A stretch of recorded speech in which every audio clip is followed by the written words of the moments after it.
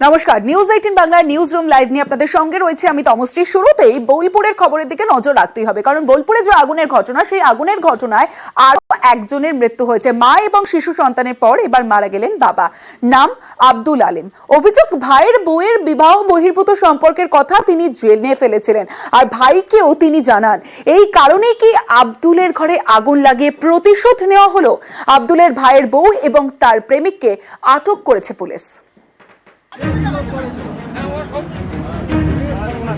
বৃহস্পতিবার রাতে বোলপুরে বন্ধ ঘরে আগুন, ঝলসে যায় স্বামী স্ত্রী এবং তাদের 4 বছরের ছেলে। শুক্রবারই মা ছেলের মৃত্যু হয়। শনিবার সকালে মারা যান পরিবারের কর্তা আব্দুল আলিম। বাড়িতে আগুন, একসঙ্গে 3টি প্রাণ শেষ। এর পিছনে উঠে আসছে বিবাহ বহির্ভূত সম্পর্ক এবং প্রতিশোধের তত্ত্ব। বীরভূমের রায়পুর সুপুর গ্রাম পঞ্চায়েতের রজতপুরের বাসিন্দা 38 বছরের আব্দুল আলিম। আব্দুলের বাড়ির পাশেই থাকেন তার ভাই রতন শেখ। গ্রামবাসীদের দাবি, রতনের স্ত্রী স্মৃতি বিবির সঙ্গে স্থানীয় হাতুড়ে ডাক্তার শেখ চন্দনের বিবাহ বহির্ভূত সম্পর্ক ছিল। এই সম্পর্কের কথা জানতে পারেন আব্দুল আলিম। বিষয়টি তিনি ভাইকেও জানান। এ নিয়ে বাড়িতে অশান্তি হয়। স্থানীয়দের অনেকের দাবি, এর জেরে প্রেমিকের সঙ্গে ছক কষে ভাসুরের বাড়িতে আগুন লাগিয়ে দেয় স্মৃতি বিবি। আমার অভিযোগ শুধু চন্দন ওপর, ওই মেন আসামি, ওকে যেন তাড়াতাড়ি ধরার ব্যবস্থা করা হয়। ও ছাড়া আমাদের কোনো দুশ্মন ছিল না।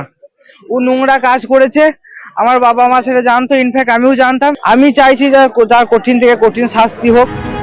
শনিবার সকালে অভিযুক্ত স্মৃতি বিবিকে আটক করে পুলিশ। অভিযুক্তদের শাস্তির দাবিতে এদিন রজতপুরে বিক্ষোভ দেখান স্থানীয়রা।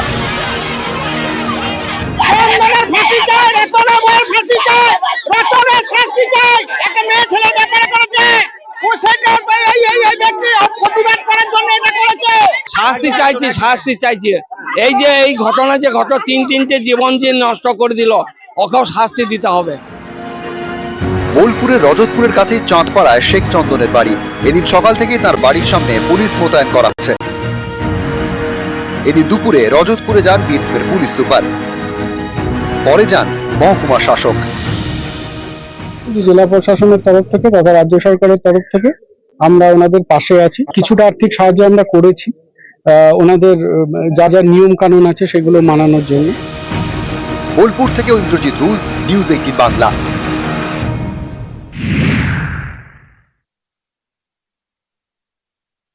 বীরভূমের রামপুরহাট, সেখানে জামিন পেলেন তৃণমূল নেতা বুলেট। রামপুরহাট আদালতে জামিন মঞ্জুর বুলেট মির্জার। বুলেট মির্জার বিরুদ্ধে অভিযোগ কি? তৃণমূল নেতার বিরুদ্ধে ঠিকা শ্রমিককে মারধরের অভিযোগ। ভাইরাল ভিডিও দেখাবো আপনাদের। বেল্ট দিয়ে ঠিকা শ্রমিককে মারধর, আর সেই মারধরের অভিযোগ এই বুলেটের বিরুদ্ধে। এবং ঘটনার 3 দিন পর তাকে গ্রেফতার করা হলেও জামিন মঞ্জুর তৃণমূল নেতা বুলেটের। আর এতেই প্রশ্ন উঠছে, কিভাবে জামিন পেলেন বুলেট? 1 লক্ষ টাকা তোলা না দেওয়ায় মারধরের অভিযোগ ওঠে এই বুলেট মির্জার বিরুদ্ধে।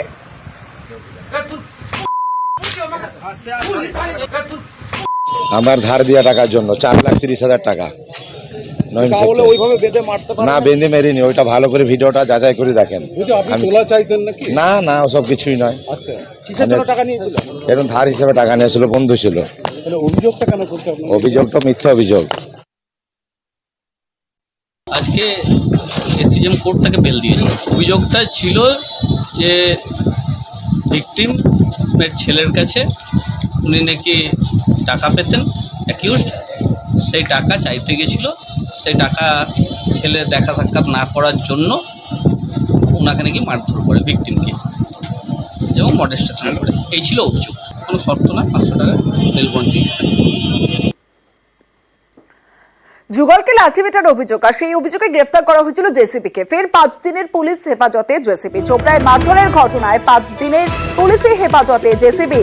পুলিশ হেফাজতের নির্দেশ ইসলামপুর মহকুমা আদালতে। চোপড়ায় বিবাহ বহির্ভূত সম্পর্কের জেরে যুগলকে মারধরের অভিযোগ এবং যুগলকে লাঠি পেটার অভিযোগ তাজিমুল ইসলামের বিরুদ্ধে।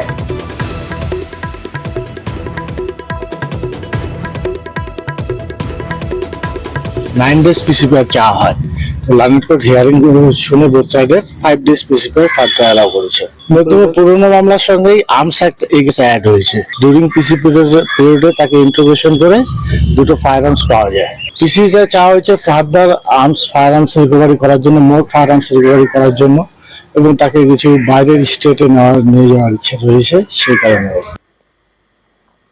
এবার মেদিনীপুরের খবরের দিকে নজর রাখবো, কারণ সংশোধনাগারে বন্দির অস্বাভাবিক মৃত্যু। মেদিনীপুর সংশোধনাগারে বন্দির অস্বাভাবিক মৃত্যু, যেমনটা জানা যাচ্ছে জেল হেফাজতে থাকা হোসেন আলীর মৃত্যুতে রীতিমতো চাঞ্চল্য। হোসেন আলীকে পিটিয়ে মারার অভিযোগ পরিবারের। তমলুক পাঁশকুড়া রাজ্য সড়ক অবরোধ মৃতের পরিবারের। তমলুক থানার গৌতম বাবু লিয়াসে আমাকে বলল যে তোমার ছেলেকে তোমাকে দেখাবো। এই যে আমার ছেলেকে ভালোবাসা ছিলে, আমার ছেলেকে মেরে দিয়েছে জেলে, কিন্তু আমাকে না বলে, তমলুক জেলে ছিল, আমাকে না গার্জনকে বলে ওকে মেদিনীপুর জেলে করে দিয়েছে। আমরা চাইছি মেয়েরও এরকম সাসপেন্ড হোক, মেয়ের বাবারও সাসপেন্ড হোক। এ তো ভালোবাসা করেছিল, আমার ছেলে তো কিছু করেনি।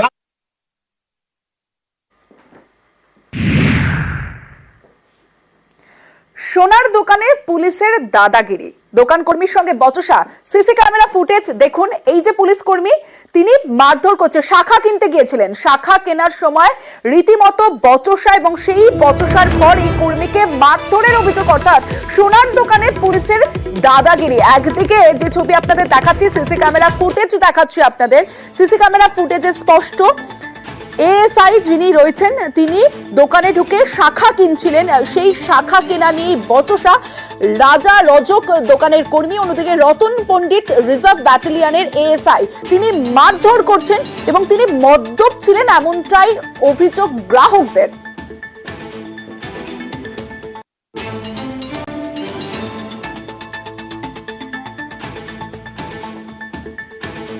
উনি একটা মানে জিনিস কেনার জন্য অ্যাডভান্স করে দিয়ে গেছিল ওনার বাড়ি থেকে কেউ একজন, তো উনি ওটা নিতে এসেছিল। তো নিতে আসাতে ওনাকে বাকি যে অ্যামাউন্টটা বাকি ছিল সেটা ওনাকে বললাম পেমেন্ট করতে। তো পেমেন্ট করার সময় উনি কথা যেভাবে বলছিল আমি বুঝতে পারলাম যে উনি ড্রিঙ্ক করেছিল প্রচুর পরিমাণে। উনি বলছে তাহলে আমাকে এই শাখাটা ব্যাক করে যে 30,000 টাকা ব্যাক করো। আইলাম স্যার এটা তো এখন আপনি কিনেন নাই, আগে আপনি জিনিসটা কিনেন তারপরে ওটা ব্যাক হওয়ার প্রশ্নটা আসবে। এইটুকু কথা বলার পরে উনি কি চিন্তা করতে করতে হাতের মধ্যে শাখাটা নিয়ে মুখের মধ্যে খুব জোরে প্রহার করে দেয়, এবার বাড়ি মেরে দেয়। প্রতিদিন নিউজ 18 বাংলায় আমরা অবৈধ বেআইনি যে খবর উঠে আসে সেই খবর আমরা দেখাই। আজ দেখাবো উত্তর 24 পরগনার বারাসাত। সেখানে পাঁচিল ঘিরে প্রাচীন পুকুর ভরাট করা হচ্ছে, এমনই চাঞ্চল্যকর অভিযোগ বারাসাতে। জমির মালিকের বিরুদ্ধে অভিযোগ দায়ের করেছে ভূমি দফতর। তবে পুকুর ভরাটের অভিযোগ মানতে নারাজ জমির কেয়ারটেকার। আর পুকুর ভরাট নিয়ে বিজেপি তৃণমূল তর্জাতুঙ্গে।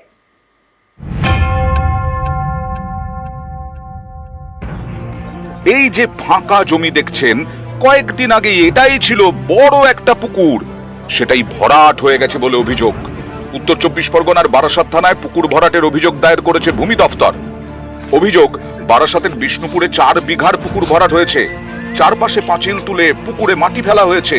স্থানীয়দের অভিযোগের ভিত্তিতে আসরে নামে ভূমি দফতর।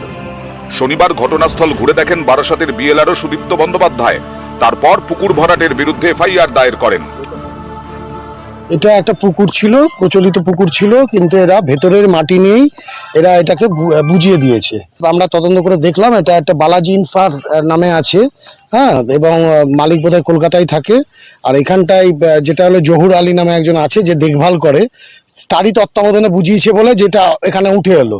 আমরা এর বিরুদ্ধে একটা অভিযোগ করব থানাতে। আমরা এটা একটা এফআইআর লজ হবে এবং এর বিরুদ্ধে যেরকম যথাবিহিত আইন অনুযায়ী ব্যবস্থা নেওয়া হবে। আমি বলছি এটা কোনো অভিযোগ না, এটা পুকুর ভরাটও না, এটা সুটির খাল কাটা হয়েছিল, সেই মাটিটা ওখানে একটা নিচু জায়গা ছিল, রেকর্ডও কোনো পুকুর নেই। আপনারা কাগজপত্র দেখে নেবেন। কতটা জমি আছে ভিতরে? এটা 11.5 বিঘা আছে। কার জমির মালিক কে? এটা সব কলকাতাতে বাড়ি ওনার। 4টে মালিক আছে। 4জন মালিক? 4জন। আমি দেখভাল করি। বারাসাত পৌরসভার এলাকায় 35টা ওয়ার্ডের মধ্যে 29টা ওয়ার্ডে ভারতীয় জনতা পার্টি আমরা এগিয়ে আছি। সুতরাং চেয়ারম্যান, ভাইস চেয়ারম্যান এদের কাছে অশনি সংকেত পৌঁছে গেছে যে আগামী 2026-এ এই দলটা আর ক্ষমতায় থাকবে না। সুতরাং যতটুকু পারি লুটেপুটে খাই।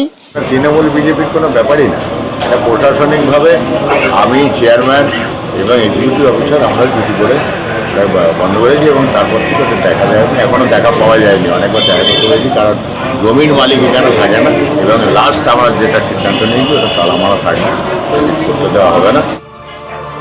বারাসাত থেকে জিয়াউল আলম, নিউজ 18 বাংলা।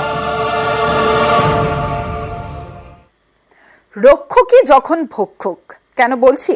কারণ হাসনাবাদে সেখানে পুলিশ কর্মীর বিরুদ্ধে জবরদখলের অভিযোগ এবং শ্মশানের যে জমি সেই জমি দখলের অভিযোগ এবং সেখানে মাছের খাবারের দোকান করা হয়েছে এমনটা অভিযোগ। হাসনাবাদে জমি দখলের অভিযোগ এবং সেখানে দখল করে নির্মাণ আগুন জ্বালিয়ে বিক্ষোভে গ্রামবাসীরা, আর পদক্ষেপের আশ্বাস উপপ্রধানের। শ্মশানের পাশে, শ্মশানটা ছিল সরকারি জায়গায়, ওর পাশে আমার নিজের সম্পত্তি, রায়তিক সম্পত্তি। সেটা হচ্ছে ওর মামা পুলিশ, অমিত গাইন পুলিশ থাকাকালীন পুলিশের ভয় দেখিয়ে আমাদের এই জায়গা দখল করে এই পোলট্রি ফার্ম শুরু করছে। প্লাস ওর মামা হচ্ছে প্রধান ছিল এক সময়, গায়ের জোরে দখল করে আমাদের জায়গা দখল করে পোলট্রি ফার্ম করছে। আমাদের এই জায়গা শ্মশান ছিল, অমিত গায়েন পুলিশ গ্রামের মানুষকে ভয় দেখিয়ে শ্মশানটা উচ্ছেদ করে বাড়ি করেছে, তাই আমাদের শ্মশান চাই। আমরা সরকারি জায়গা ছিল, এটা সরকারি জায়গা। এখানে শ্মশান ছিল, শ্মশানে পুজো অর্চনা হতো এবং মানুষ দহন করত। সেই জায়গাটা দখল করে নিয়েছে, আমরা এখন সেই জায়গা উচ্ছেদ করতে চাই। এবার রায়গঞ্জের দিকে নজর রাখবো, কারণ শ্মশান সংস্কারের টাকা তছরূপের অভিযোগ বিজেপি প্রার্থীর বিরুদ্ধে। রায়গঞ্জের বিজেপি প্রার্থী মানস ঘোষের বিরুদ্ধে অভিযোগ, তৃণমূলে থাকাকালীন 10 লক্ষ টাকা তছরূপের অভিযোগ। রায়গঞ্জের বাহিনীর টায়ার জ্বালিয়ে বিক্ষোভ স্থানীয়দের।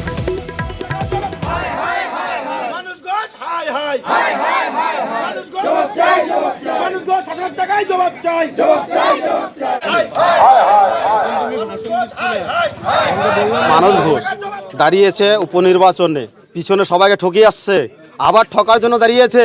আমরা চাই না মানস ঘোষের মতো লোক এমএলএ, আমরা চাই আমাদের যেই লোক আমাদের এই গ্রামের উন্নয়ন করবে তাদেরকে আমরা সামনে চাই। আমাদের গ্রামবাসী বুঝতে পারছি এরকম মানস ঘোষের মতো বেঈমান চোর থাকলে আমাদের গ্রামবাসী মরে যাব।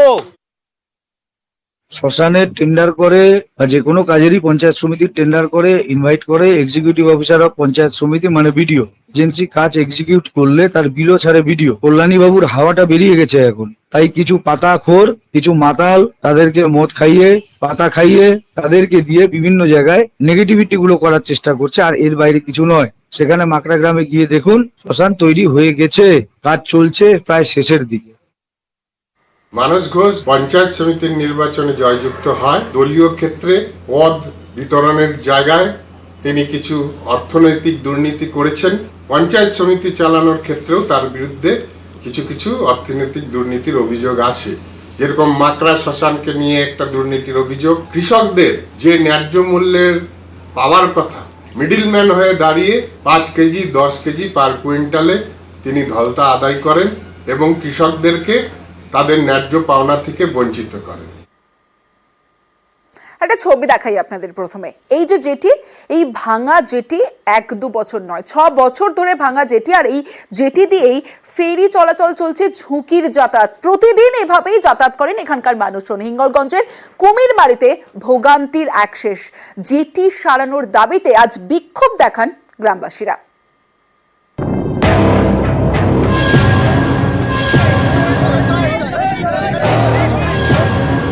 উত্তর 24 পরগনার হিঙ্গলগঞ্জ পাশ দিয়ে বয়ে গেছে ডাসা নদী।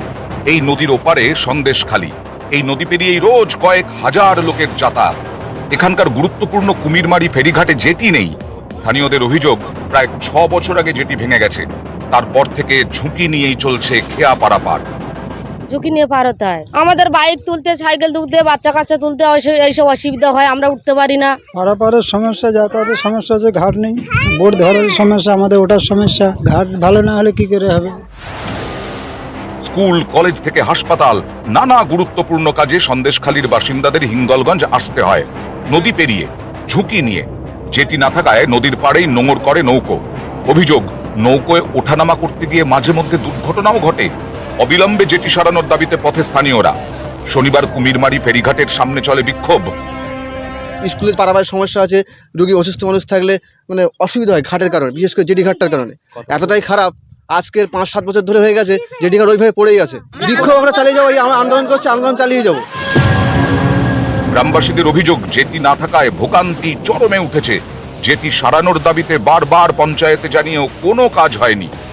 জেটি ঘাটের দাবিতে আমরা বেশ কয়েকবার সুপারের সিটি বা ফোন করে জানিয়েছি, কিন্তু আজ পর্যন্ত কোনো সুরাহা হয়নি। যাতে অবিলম্বে যেটি তৈরি হয় তার জন্য আমি সংশ্লিষ্ট কর্তৃপক্ষকে অনুরোধ করব।